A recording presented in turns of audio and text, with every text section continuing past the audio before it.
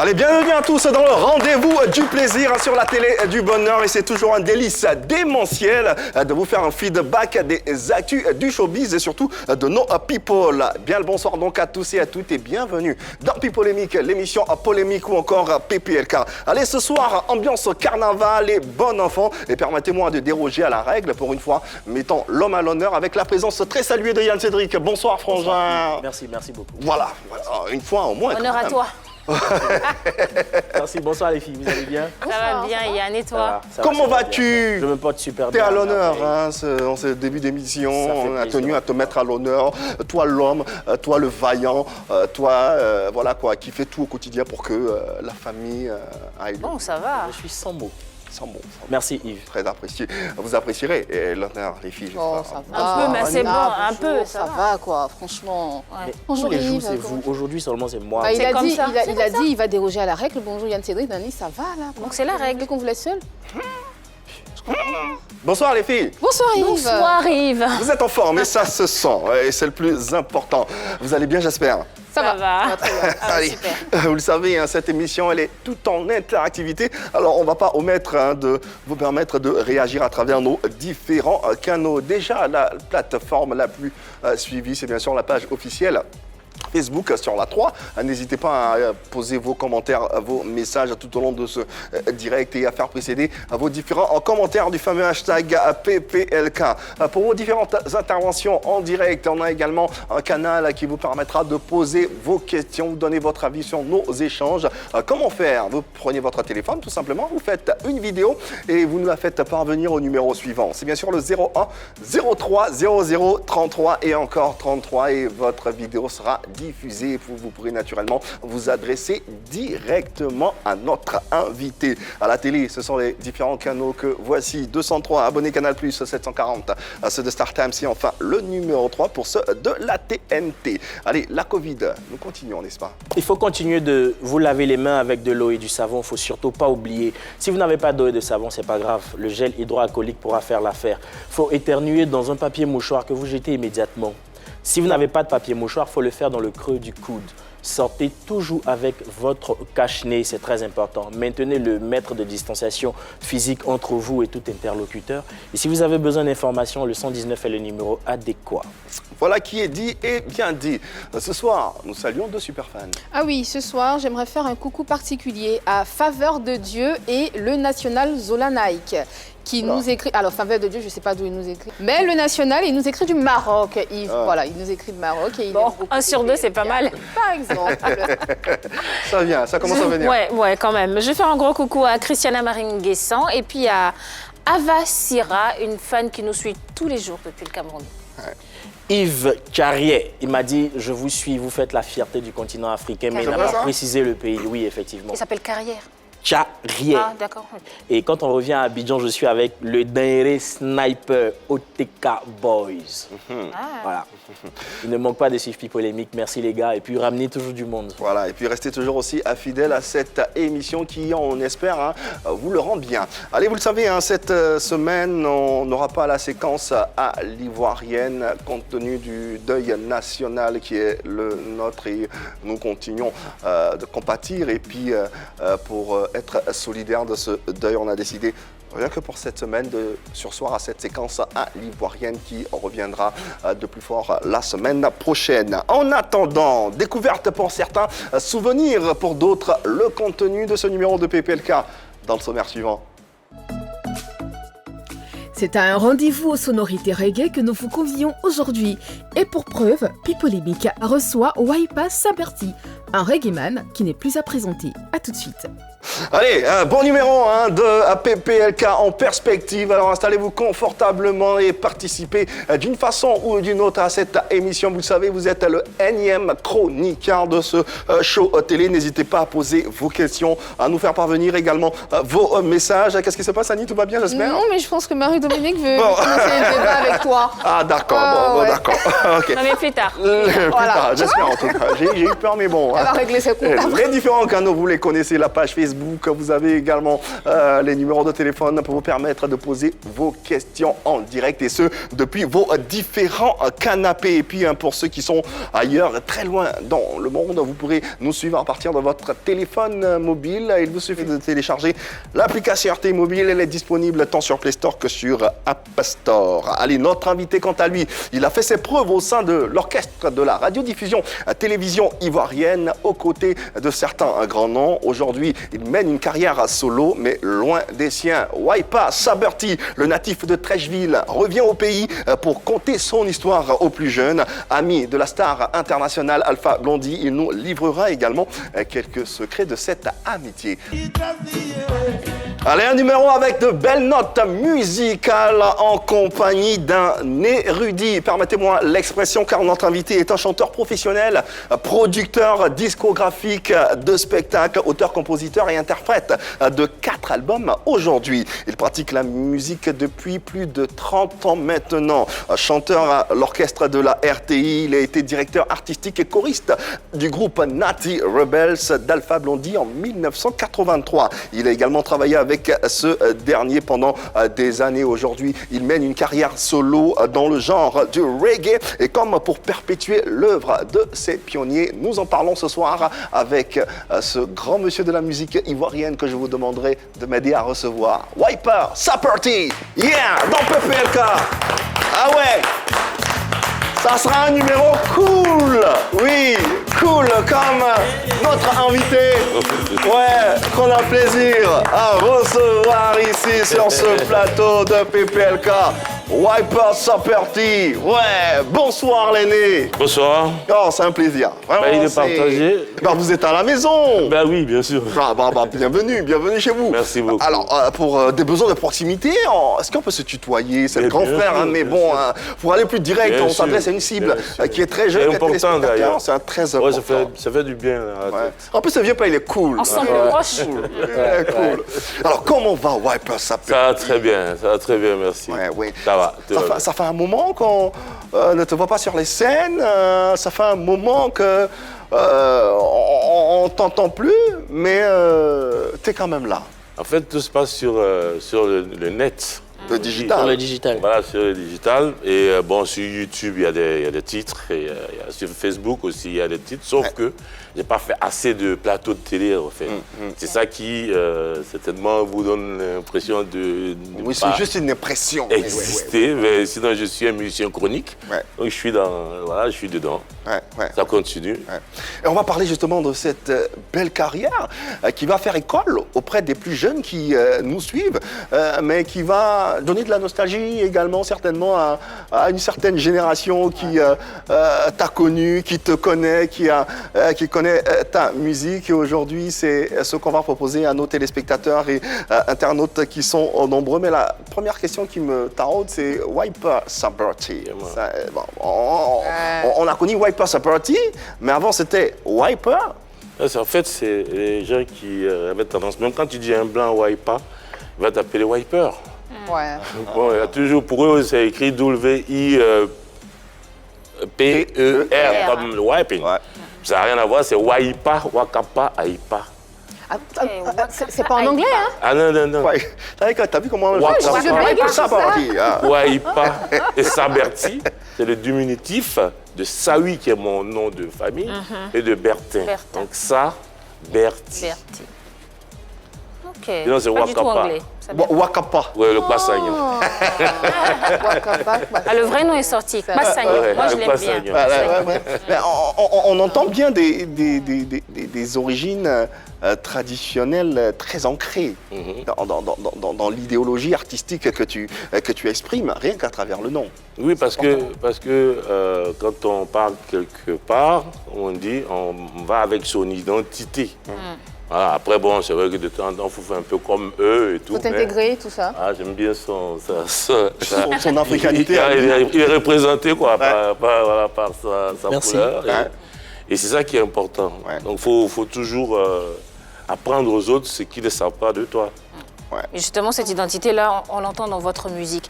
Mais ton amour pour le reggae, il naît en même temps que celui pour la musique ou bien c'est une phase bien Non, c'est une distincte? phase que je trouve en chemin parce qu'au départ, quand nous on faisait de la musique, enfin on a commencé à jouer toucher aux instruments et chanter, c'était à Podium 77 D'accord. avec Fulgence Cassie qui animait l'émission. Et c'était l'émission d'ailleurs qui était là. C'était la première émission en ce Et là, le style musical, c'était quoi? Bah, chacun venait un peu avec ce qu'il connaissait.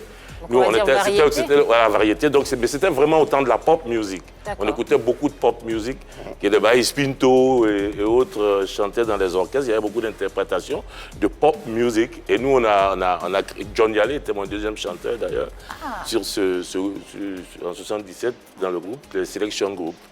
Le Selection Group. Voilà. Et ensuite, bon, j'ai toujours fait de la variété. Quand une année est sorti Bob Marley avec No Woman No Cry. Là, on comprenait que les voix du tiers-monde s'élevaient, quoi. Et avec cette musique, on pouvait revendiquer un certain nombre de choses. Et du coup, moi, étant à l'orchestre de la télévision ivoirienne, je rencontre Alpha Blondy qui me présente Fulgence Cassie. Okay. Il vient avec des tests, mais il fallait mettre la musique derrière. Donc, on a constitué un groupe au sein de l'orchestre de la télévision ivoirienne, piloté par George Benson. Oui. C'était lui le producteur de la chose, mais beaucoup supervisé par Fulgence Cassie. Ah, ok, d'accord. Il avait toujours un œil. Il est là, il est toujours présent, il contrôle la situation. Jusqu'à ce que l'album où il y a Brigadier Savary, The End, Bintou, sort en 83. Donc je suis le directeur artistique de cet album à l'époque. Et ça a eu le succès que tout le monde connaît. Donc, je rentre dans le reggae en partie par Bob Marley et Alpha Blondy. D'accord. On sait que tu as fait un passage très remarquable dans l'orchestre de la RTI. La question que je me posais, c'est que justement, est-ce que c'était le lieu adéquat, le lieu approprié pour justement exprimer ce nouvel amour qui naît, le reggae, la musique de revendication? Oui, parce que l'orchestre passait tous les dimanches à la télé. On commençait à travailler du lundi au dimanche, puis le dimanche, il fallait faire l'antenne avec des chanteurs.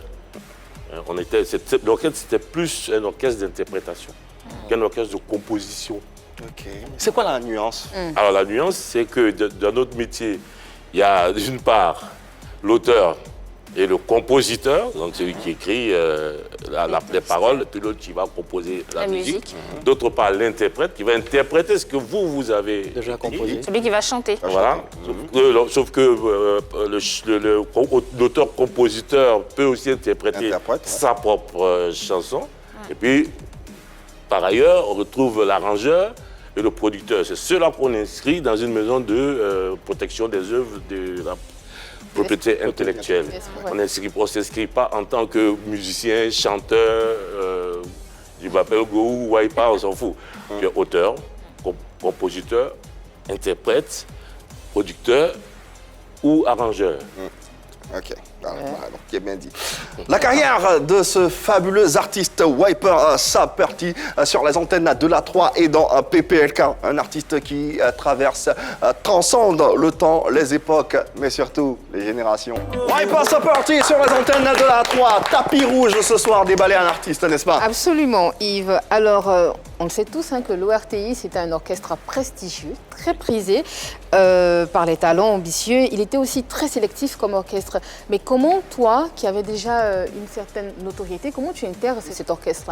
Alors, je viens à l'orchestre par le biais du guitariste Yao Mao, qui avait son petit frère qui jouait avec nous au Tom's Collection, où il y a Kassiri Keke qui était notre guitariste. Ah, d'accord. Ah, donc, on a formé le Tom's Collection avec Tom Jagger à la batterie.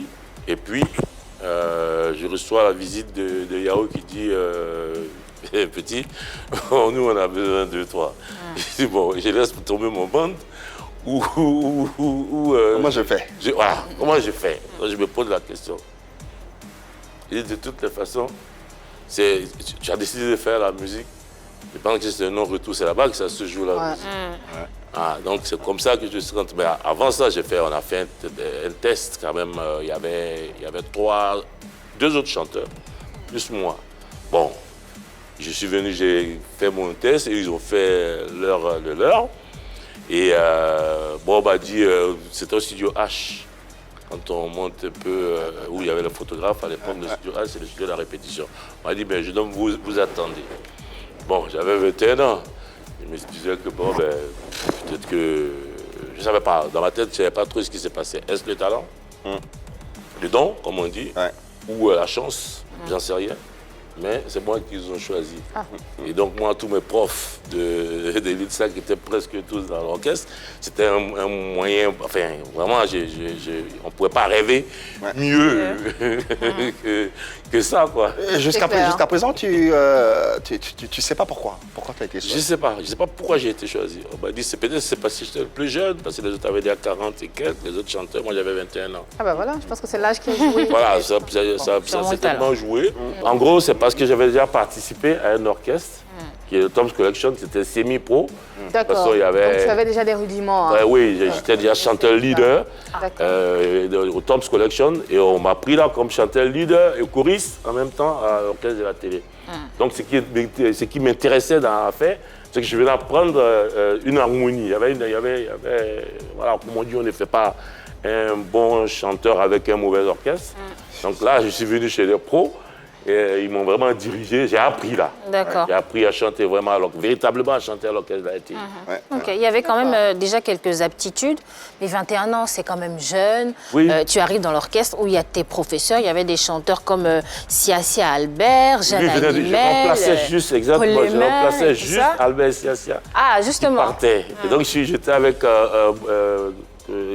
Animel Jeanne, Virginie Gaudi, Paul et moi. Donc j'ai remplacé juste, je viens de rajeunir le groupe. Justement, c'est une lourde responsabilité. Ah, Est-ce que tu n'avais pas des appréhensions, chantier. Sur oui, tout ça? Oui, mais j'avais envie en fait.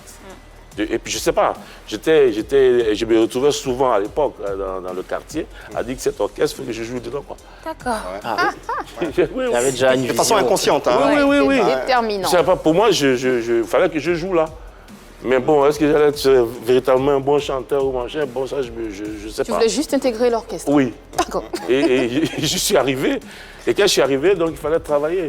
Parce que ça rigolait pas. L'intégration, ça s'est fait comment?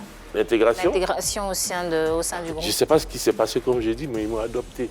Bon, il y avait Yao, le grand frère, qui était déjà là. Bon, eux me connaissaient certainement avec l'autre orchestre de jeunes. Donc, on est déjà passé à Podium aussi. Donc, certains dedans m'ont repéré. Ful, qui me connaissait aussi, puisque c'est lui qui a organisé Podium. On s'est retrouvés là, avec Ful. Et quand il faisait ses émissions, en ce moment, ce n'était pas des caméras comme ça, il fallait couper. Il était tellement perfectionniste, méticuleux que Phil de quitter la télé que peut-être vers minuit. En vrai. Donc le technicien était déjà parti. Alors il m'appelait pour être à côté de lui, il me dit, mais tiens la caméra, il dit, mais moi je ne sais rien faire d'une caméra. Il dit, je ne t'ai pas dit de faire quelque chose, tiens juste la caméra, on va filmer les cartes postales parce qu'il faisait une émission avec SSS. SSS, Star Service Station. Ouais, Star Service Station. Donc il lisait des cartes à plein de cartes, il y en a même qui ne pouvaient pas lire parce que c'était... On a même une photo qui illustre ton entrée à la... Non, ça c'est le Tom's Collection. Ouais, le Tom's Collection. Alors il y a Kassiri qui est à l'extrême gauche. Il y a Tom Yaga qui est à côté de lui. Moi, je suis au milieu avec la flèche que je vois. Le guitariste Tara qui est camerounais. Ça, c'est le clavier.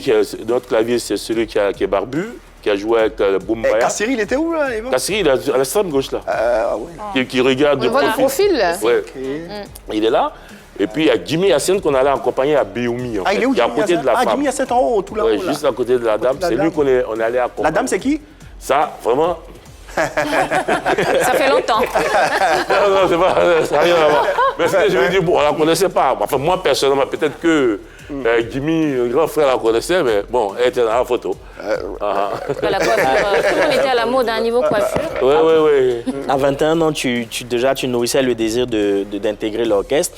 C'était plus parce que c'était le groupe du moment, très en vue, ou bien c'était pourtant un passage obligé pour devenir un bon chanteur plus tard? Je pense qu'il y a les deux. C'est un groupe qui chacun rêvait des grands musiciens, même tous les chanteurs qui venaient faire des prestations.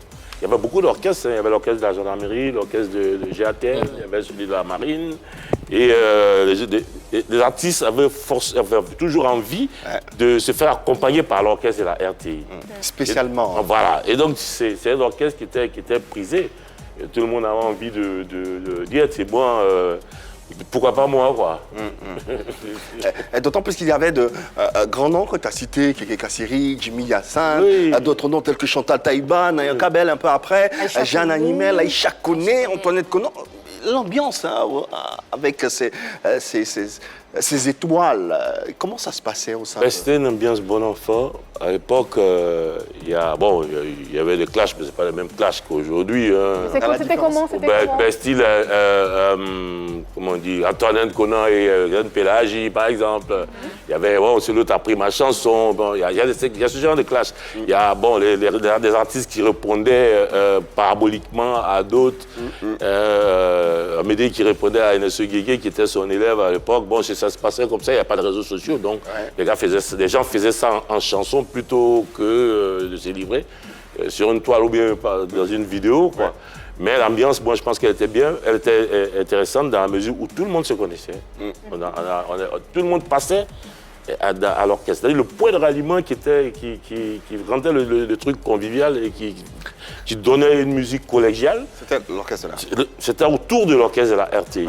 Et là, tout le monde passait là. La maison de la télé était... La légende raconte même que c'est grâce à toi que Nayan Kabel a intégré l'orchestre de la RTI. Vrai ou faux? Oui, parce que son père était gendarme dans le quartier à Trècheville, chez nous, à la Race.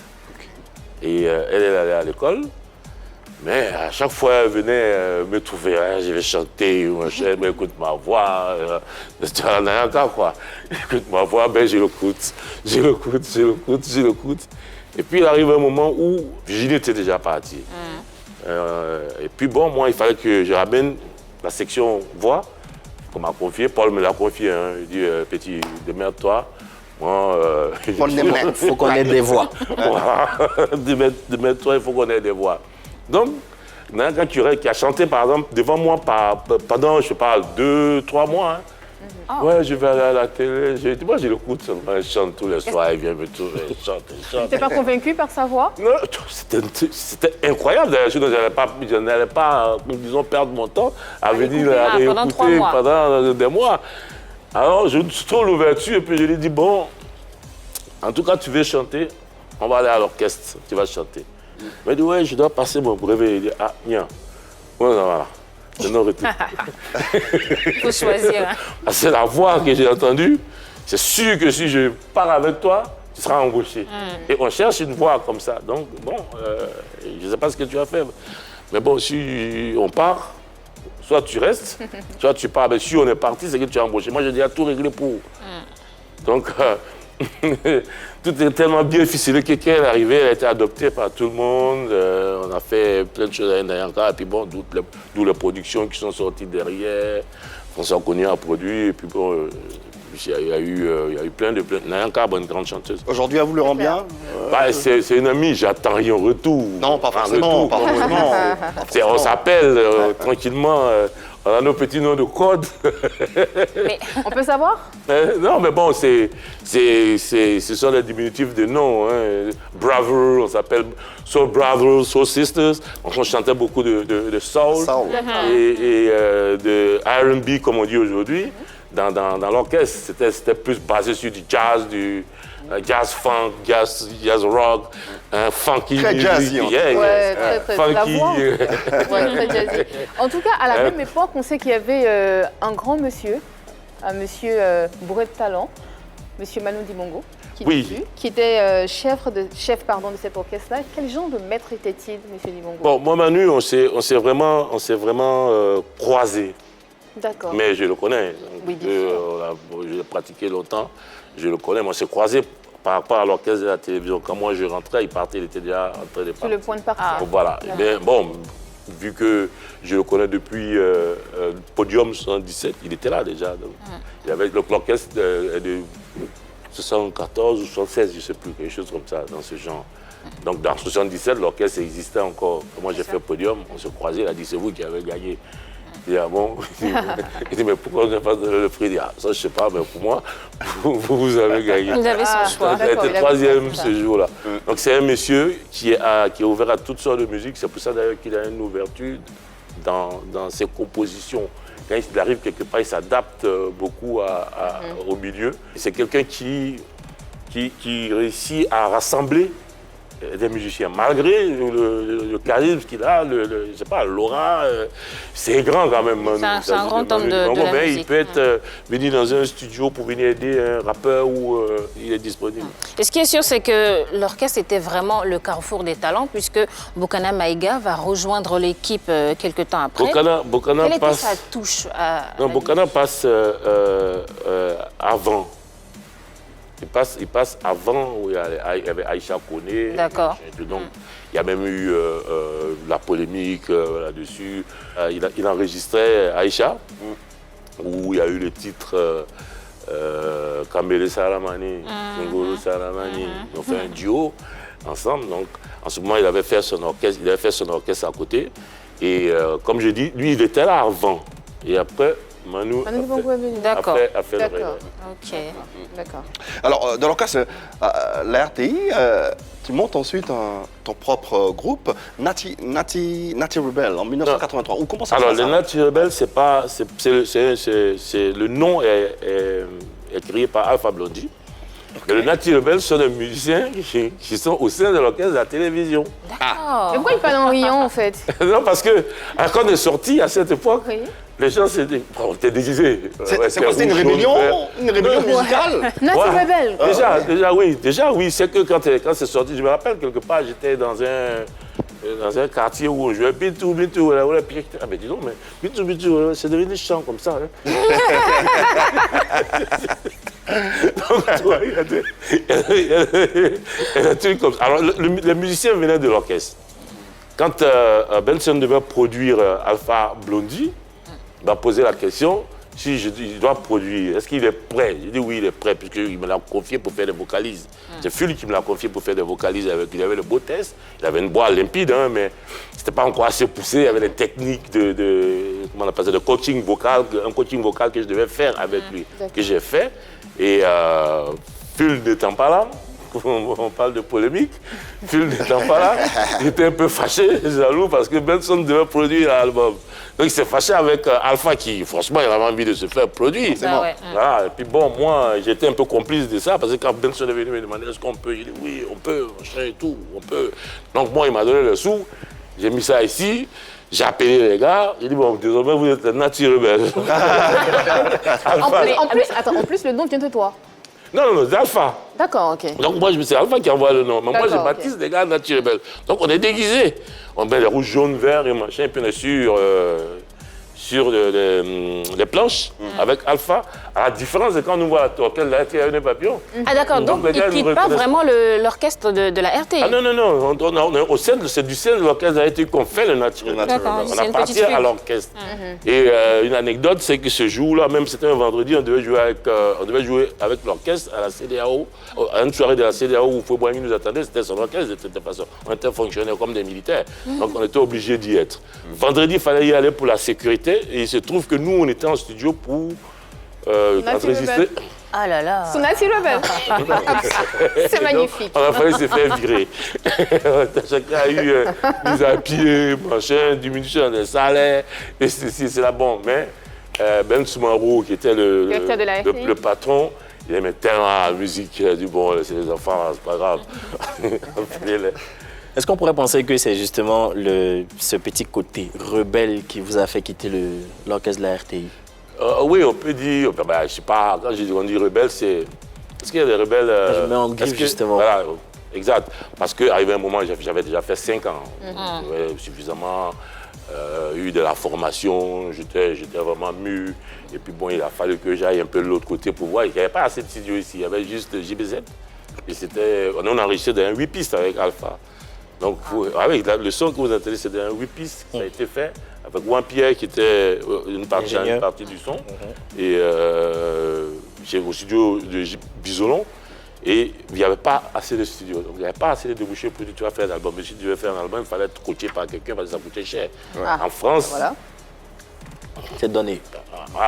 tu as ton studio à toi, tu as un ordinateur, tu te fais un machin, tu as les machines. Tranquillement. Et puis bon, ben voilà, tu appelles les gars, ils viennent jouer, tu t'enregistres et ça passe. Et c'est ça qui m'a obligé. C'est à partir de l'orchestre.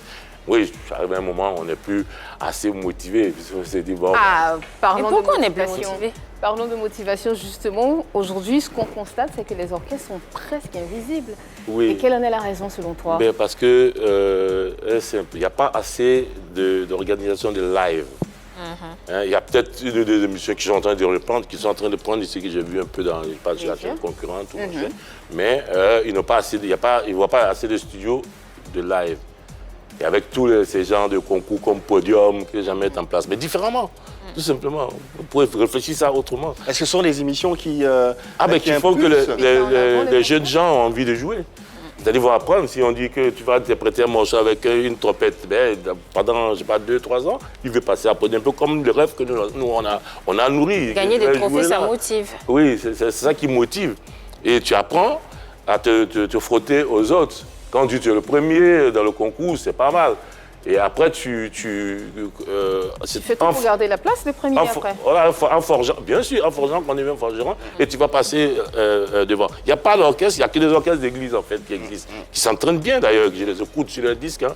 C'est bien orchestré. à la perfection et la technicité est là, parce qu'ils travaillent toujours. Ils sont à l'église sur le dimanche, ça joue, ça chante, la voix se développe, ainsi de suite. Alors, poussons la réflexion un peu plus loin à travers ce débat qui va avoir lieu maintenant, avec le sujet, le libellé suivant. Les orchestres pourront-ils refaire surface un jour, comme à votre époque? C'est la question qui est posée, qui va faire objet de discussion en compagnie de nos téléspectateurs et internautes. N'hésitez pas à réagir en temps et en heure à travers ce sujet qu'on vous propose maintenant. Votre avis sur la question. Les orchestres pourront-ils refaire surface un jour, comme à l'époque des grands frères?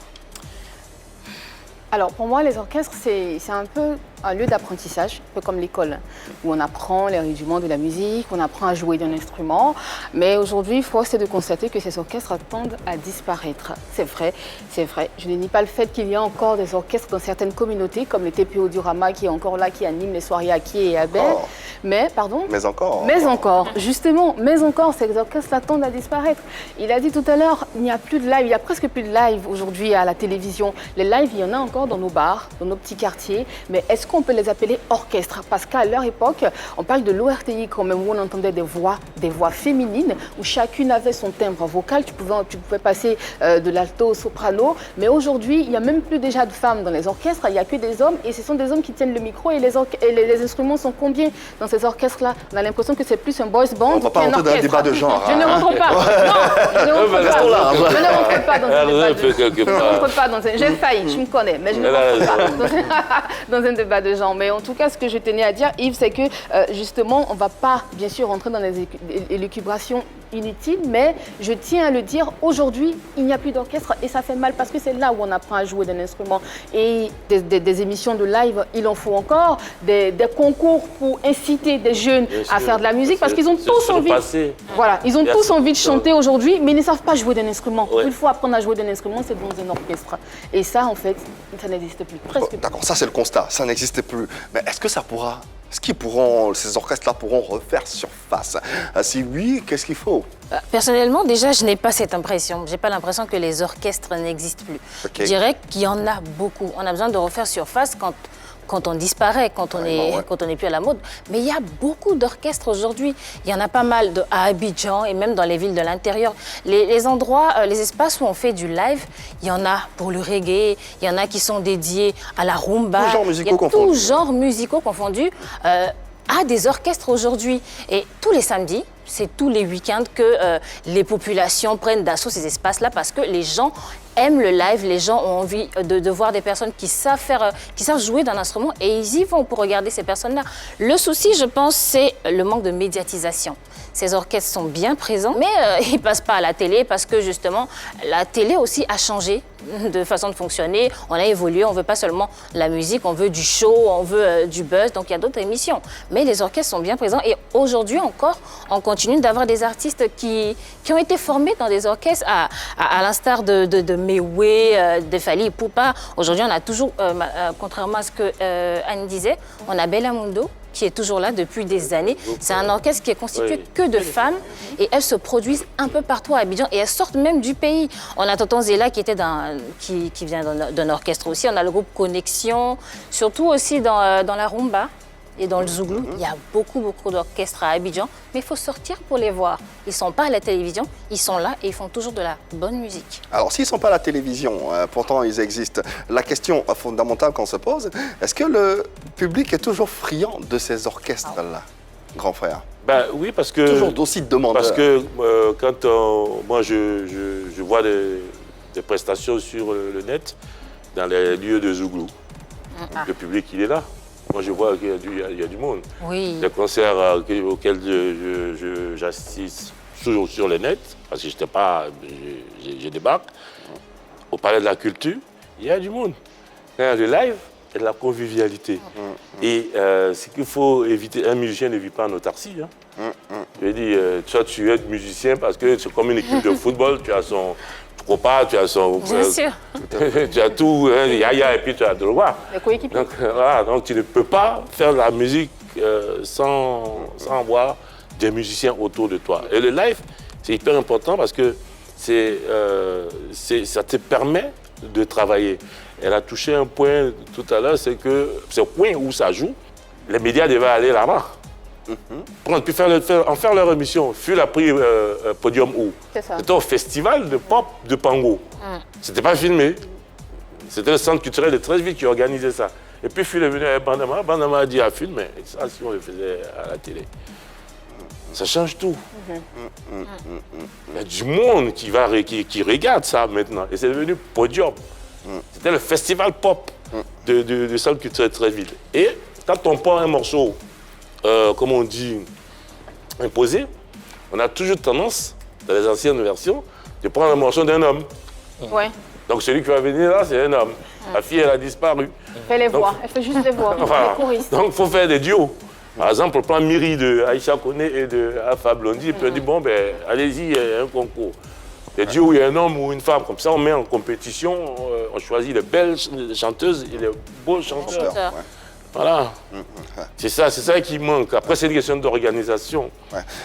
Yann Cédric, l'avis sur la question. Tout à fait. C'est une question d'organisation, comme l'a dit l'invité. Et pour moi, les orchestres n'ont pas totalement disparu. Donc, qui dit ne disparaît pas, n'a plus besoin de refaire surface. Il faut juste l'actualiser. Comme à une certaine époque. D'accord, ok, comme à une certaine époque, mais effectivement, les époques évoluent. Ouais. Alors, le truc, c'est que les lieux de spectacle, il y en a. Les concerts, il y en a là où le live est tout le temps demandé. Et derrière, c'est justement des orchestres qui accompagnent ces artistes-là. Oui. Comme Marie-Dominique l'a dit, Bellamundo a déjà fait ses preuves. Il y a plein d'orchestres. Il y a Deya qui a déjà fait les preuves. Mais justement, là où je rejoins totalement l'invité pour faire comprendre qu'effectivement, les orchestres ne sont plus trop en vue, c'est le manque de compétition. Ils ne sont pas challengés. Exact. Il n'y a pas de mission, il n'y a pas de trophée, justement, il n'y a pas de mécène, il n'y a pas de trophée à l'horizon pour que justement, on retrouve l'époque de Podium où des groupes se mettaient en battle pour prouver qu'effectivement je suis le meilleur parce que je veux conquérir tel prix. Donc le truc c'est d'essayer d'actualiser les choses, d'évoluer à la même époque, au même mouvement que la télé, mais avec des anciennes émissions, les actualiser, les mettre au goût du jour pour que justement ces orchestres-là renaissent. Et l'autre difficulté, c'est que les orchestres, comme il a dit, il y a des orchestres qui interprètent, il y a des orchestres qui sont compositeurs. Les orchestres qui interprètent se retrouvent noyés parce qu'à force de répéter les chansons d'autres personnes. Ah bah voilà. Par contre, les orchestres qui composent, c'est-à-dire que si on retrouve un orchestre qui interprète, après qu'il devienne un orchestre compositeur, ça sera un peu compliqué de faire la distinction, de faire la démarcation. Donc là aussi, c'est un gros problème que justement les orchestres devraient prendre en compte, ceux qui sont dans les orchestres devraient prendre en compte. Soit on s'érige en orchestre interprète, on interprète uniquement, ou on s'érige en interprète compositeur et on vient avec une touche personnelle, une touche particulière, une touche nouvelle. On cherche des challenges, on cherche des marchés et on s'impose. Comme ça, les orchestres reviendront comme d'antan. Voilà, en tout cas, différents avis concernant cette question. Les orchestres pourront-ils refaire surface un jour? comme à une certaine époque, le débat se poursuit chez vous de la plus belle des manières. En tout cas, on l'espère. Quant à nous, on va continuer à éplucher la carrière de notre invité et aborder la collaboration avec le Solar System d'Alpha Blondy et puis ensuite la carrière solo de notre artiste. Mais avant, on a un petit message d'une artiste, pas n'importe laquelle, qui on espère te fera plaisir. Waipa Saberti fait partie des artistes que moi, Aïcha, je respecte beaucoup. Nous avons commencé ensemble au sein de l'orchestre de la RTI avec Manu Dubongo, Moukana Maïga. Il y avait aussi même l'épaule qui était avec nous, Bébé Manga. C'est un artiste que j'admire, qui chante vraiment bien, juste, et puis il a opté pour le reggae, qui lui va à merveille. Vraiment, il a mes encouragements et mes félicitations. Respect. Respect. Alors, la maman de la musique ivoirienne, la légendaire, la diva, notre bibliothèque musicale, notre encyclopédie, Aïcha Koné. Rien que pour cette vidéo, on va applaudir. Comment on ne peut pas rendre hommage à cette dame? Elle est en pleine forme. La grande sœur. Elle est belle. La grande sœur. Je suis heureux, je suis touché. Ah ouais, on le sent.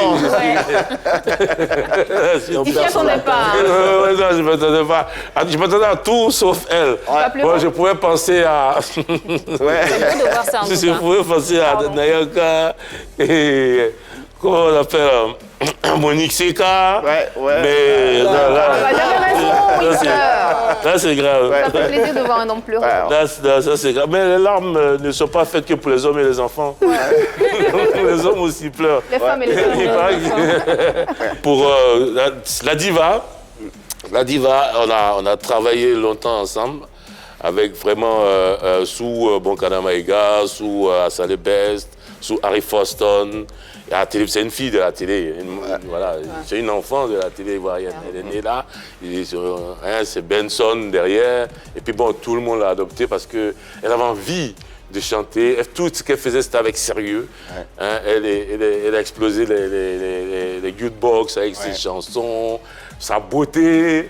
Ses yeux Et bon, Aïcha, c'est le top niveau. Assurément. Pour moi, c'est le top niveau. Et vraiment, elle a besoin d'être, je ne sais pas, honorée. Il faut lui rendre hommage. C'est ma grande sœur. C'est pas parce que c'est ma grande sœur que non, mais elle le mérite. Je dis ça, mais elle mérite vraiment ça. Parce C'est une grande artiste. elle a bercé beaucoup de générations avec ses chansons. Et Aminata Kanakasi Demkola. De conseils, tu vois, il y a plein de trucs. Il y a plein de trucs qu'elle a. Non. Grande dame, grande dame. Une autre grande dame de la musique ivoirienne, de la télévision également, Chantal Taïba, qui te passe le bonsoir à Paris. Chantou, la Chantoux. Ben voilà. Et nous allons continuer avec la Chantoux. Bon, ok, on a pris note. Ouais, la Chantoux. On va continuer avec la carrière solo de notre invité. Cette carrière est passée quand même bien avant. Il y a eu le Solar System. Ouais, il y a eu le Solar System avec Alpha Blondy et tout. Justement, ça se passait comment là-bas? Ben, très bien, parce que Alpha est venu avec des chansons et puis on l'a produit. Voilà. Après, on s'est retrouvé dans le Solar System. Solar System différent du Natty Rebel. Donc on se retrouve en France. Moi, j'étais déjà là-bas, je suis allé pour mes études de musique. Production, machin, bah après on se marie, on a des enfants. Hein, et puis, Laisse tomber tout ça. Non, on ne laisse pas tomber, justement. Il faut travailler pour nourrir l'enfant. Bien sûr. Donc ça va, on enregistre. Déjà, on fait Suite Fanta Diallo, mais avant on fait Apartheid et Nazisme. Hein?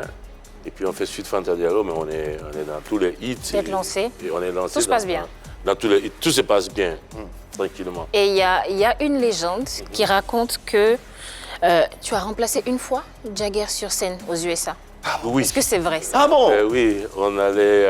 les vieux Ouais. Comment ça? Non mais comment est-ce possible? Je vais vous expliquer comment ça s'est passé. Après, avec le Natural, bien sûr. Le Solar System, System. bien sûr. On allait pour une tournée américaine. Il fallait faire 40 États Wow. En 3 mois. 40 États. Oui, En et on 3 mois. n'allait pas en avion. Hein. Je te dis, on traversait les États comme Ah. ça, et machin et tout. La tournée était avancée, elle était très difficile. Vous avez dû voir hein, des paysages. Ah ouais, les Étiens et 40 États tout ce que, ouais. 40 États quand même. Oui, 40 États. Il fallait tout faire en 3 mois. Et bien en voiture, en bus. Hein. Et donc, la tournée était tellement difficile. Et le chanteur, quand il finissait on finissait le concert, allait en interview. Oula. Alors lui, il travaille avec sa voix. Donc après, arrivé un moment, on était à Minneapolis, c'était un enjeu. À Minneapolis, c'était dans la boîte de Prince, le chanteur qui est Chanteur décédé. Chanteur Prince, ouais. Et notre chanteur était à fond. Fatigué, n'avait plus de voix. Oh là là. Je le secouais jusqu'à ça sort pas. Ça sort pas. On fait quoi là? Alors les gars, il était en train d'envisager annuler le concert, donc la prestation. Mais vu que c'était chez Prince, c'était un peu compliqué. Je ne peux pas laisser cette histoire. Donc j'ai dit, je suis allé voir Alpha, j'ai dit qu'on se fait. Il dit, mais tu vas chanter. Je dis, mais comment ça, je vais chanter? Il dit, mais si, tu vas chanter. Parce que il faut que le concert se fasse. Bien sûr. Et tu connais toutes les chansons. J'ai dit, bon, les gars, ils ne comprennent pas trop du là. En fait, je voulais m'échapper. Il dit, mais eux non plus. D'ailleurs, je ne sais pas demain, d'aller faire un cours de bambala. Hein. Vous allez juste chanter. On va chanter toute la phonétique que tu connais. Et voilà, le concert, il est fini. À l'époque, l'album qu'ils avaient, c'était celui du Natch Rebel où il est en médaillon. Ah oui, d'accord. ok. Oui, parce que l'album, il y a un La dessin pochette. dessus. Oui, la pochette, c'est un D'accord. dessin, on ne voit pas la figure d'Alpha. Ouais. Mais c'est ça qu'ils ont là-bas. Et c'était notre première tournée de toute façon. Donc on ne D'accord. connaissait pas trop. Le On connaissait visage. les sons, on connaissait les sons. C'est comme si tu mets tu n'arrives pas à mettre un visage sur un son Sur, qui est sur une connu chanson. mondialement. Ça arrive. C'était ça. Et on allait, je me suis habillé. Bon, de toute façon, j'habillais à Rasta, mais j'ai encore, comment on appelle ça, accentué plus. Et je suis monté sur scène. On a commencé l'introduction de l'orchestre jusqu'à la fin. Et personne n'a remarqué la voix. Tout le monde criait. Tu as chanté quelle chanson ce jour-là? Toutes les chansons, tout le répertoire. Avec la voix. Est-ce que tu as fait... Ça, j'ai pas fait, mais je ne sais pas. Ah ouais, oui. Ça, ce sont les tics qui sont venus, Après. après. C'est pas... je n'étais pas de 88, quoi. Tu as parlé. Et après, chanté comment il a, quoi, à la fin du concert, comment il a réagi quand il a vu que c'était... Non, mais il dit, je te respecte. Et quand je dis ça à chaque fois, enfin, je n'aime pas parler de ça, à chaque fois que je parle de ça, je dis, ah mon Dieu, mais il n'est pas mort. Aujourd'hui, Il est là, il est vivant. aujourd'hui, en tout cas, tu comptes 4 albums à ton actif. Est-ce que tu pourrais nous dresser le bilan de ta carrière? Bon, ce que je vais dire, je peux dire à propos des albums qui sont sur le marché, c'est que j'étais plutôt occupé. Il n'y en a pas assez, on voit bien. Il n'y en a pas assez. Mais bon, souvent on fait un titre qui marche et puis bon, il n'y a plus d'album derrière, mais ça continue de marcher. Bien sûr. Ça existe. Mais c'était un peu l'alternance entre la carrière solo et la carrière avec Alpha Blondy. Qui, de toute façon, à cette époque, je peux le dire, il avait besoin de moi. Ouais, il avait vraiment besoin de moi. On était les 2 Africains. Pour le Solar System, on était les 2 Africains, les autres étaient les Jamaïcains. D'accord. Les 2 Ivoiriens, pardon. Les autres étaient des Solar System, des Jamaïcains, D'autres des pays. Dominicains et compagnie et tout. Donc là, c'était le début de la carrière véritable internationale. Hein. Je parle de 88, quoi, 84. Moi, je suis parti d'ici. 4 ans après, on a formé le Solar. Solar System, ouais. On a enregistré. Et c'était encore très frais. Donc je ne pouvais pas trop même quand bien même que j'étais en train de produire un truc que je dois vouloir chanter, bon, il voit un peu son intérêt, hein, il a besoin de son recul. Bien sûr. Et puis bon, c'est ce qui a ralenti un peu la production comment on dit, en masse des albums. Mais les morceaux sont là, moi je me dis aujourd'hui que Est-ce que quand je chante pas bien? Bah Bien si. Super bien même. Ouais, ouais. Après, Et ça suffit pour tout le reste. Je suis pas malheureux. Ouais. J'ai envie de chanter, je Et chante. c'est le plus important. Parlons d'actualité. Et ton actualité, c'est le 3 avril prochain avec le concert des Vieux Mogos. Hey, c'est qui les Vieux Mogos? Ah ben, le Vieux Mogo, on sait ce que ça veut dire. Ouais, Vieux, ouais. c'est vieux, c'est nous. Le Mogo, c'est un garçon. Donc, le Vieux Mogo, c'est un groupe avec qui j'ai joué le Goumen Goumen qu'on a écouté. Ah oui, j'ai écouté tout à l'heure. Ouais, je le me suis dit, Goumen Goumen, ouais. Il y a qui dans ce... Alors, il y a Lucien, que vous connaissez. Il y a Sam Takengula, le batteur Takengula. de Alpha Blondie. Donc, on doit jouer le 3 avril au Ménéclé. D'accord. Voilà. Là, on attend le public. Ouais, ça sera quoi la spécificité de ce concert? Alors, on a fini l'album Moreland, où il y a plusieurs chanteurs. Ah, mais voilà. D'où le clip, un extrait de l'album dont on a vu le clip, Goumen Goumen. Il y a Goody Brown qui chante dans l'album. Donc c'est une tournée. Ah, c'est pas grave. C'est reggae, c'est... Ah ouais, forcément. Résolument. Hein. Purement. Chroniquement. Mais le Goumen Goumen qu'on a entendu, ça m'a pas fait penser à du reggae en tout cas. Mais en Et fait, même Mamadou. en fait, non plus, oui, hein. mais c'est ce que moi, j'aime plus faire la fusion entre les rythmes. Mais quand le coup de pied, on sait que c'est du reggae. Mais je n'ai pas envie de rester dans un reggae statique qui ressemble forcément aux autres. Tu fais beaucoup de Donc, reprises aussi. Hein. Ben parce que, comme j'ai dit dans mon métier, il y a celui qu'on appelle l'auteur. Il y a C'est ça. une ouverture. l'interprète. Une ouverture. Donc moi, je joue mon rôle. Eh ben, je compose. Les deux en même temps, l'album. les deux en même Ah ouais, temps. moi, je fais les deux. Mais je suis plus interprète dans la formation que compositeur. Sinon, je compose. J'ai fait déjà des albums un album complet sans interpréter. Je suis plus bon, j'ai des chansons que j'ai mis en route. J'ai fait chanter Chantal Taïba, une de mes compositions. Ouais. Des misos. Des misos, ouais. Bon, après, moi, comme je dis, je suis interprète. Il me met dans cette position. Celui qui a une belle chanson qui m'envoie.